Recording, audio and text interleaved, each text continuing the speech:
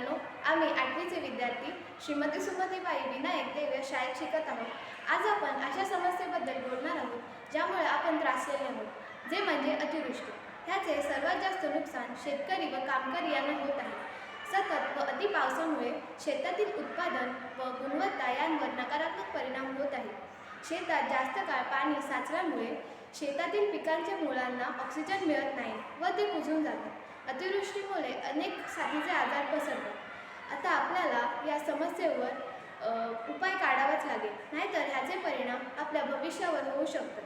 आता नाही तर आपल्या भविष्यासाठी आपल्याला उपाय शोधावेच लागेल.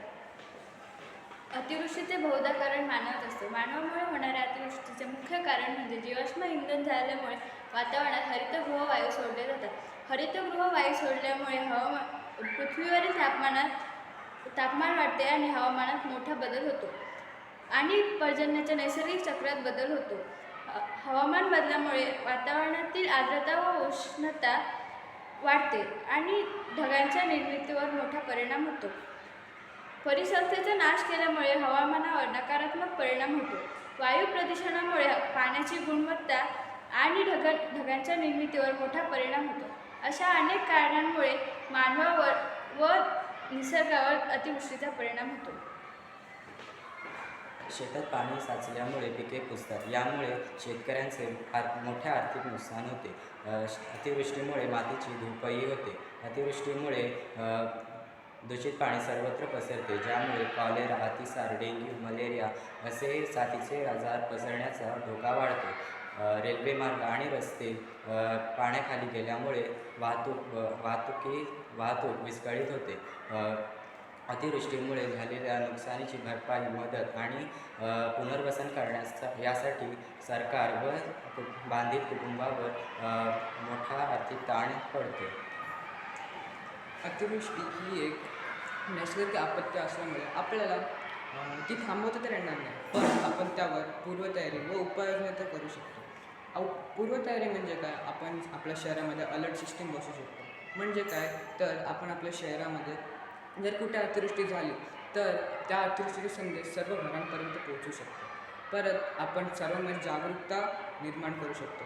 म्हणजे जर अतिवृष्टी झाली किंवा पूर आले तर अतिवृष्टी किंवा त्या पुराच्या वेळी आपण काय करावे हे आपण लोकांना समजावून देऊ शकतो.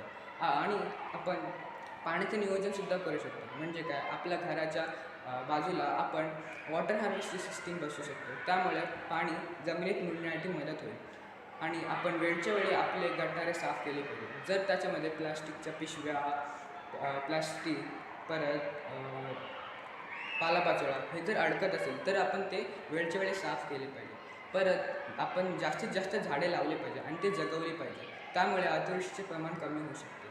आणि जर पुढे भविष्यात अतिवृष्टी वाढतच गेली, म्हणजे अतिवृष्टीचे प्रमाण वाढतच गेले, तर आपण टोकियो या शहरामध्ये जसे जी टनलचे प्रोजेक्ट केले आहेत तसे आपण करू शकतो. जी टनलचे प्रोजेक्ट केले म्हणजे त्याच्यामध्ये काय केलं आहे तर जी टनलचे प्रोजेक्ट म्हणजे जमिनीच्या 50 ते 60 मीटर खोलीपर्यंत खूप मोठे मोठे बोगदे तयार करणे व त्या बोगदेचे थेट समुद्राला जोडणे.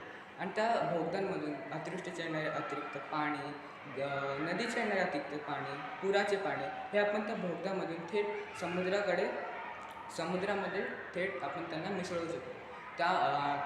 त्यामुळे शहरामध्ये जास्त पूर परिस्थिती निर्माण होणार नाही व शहरांमध्ये पाणी साचणार नाही.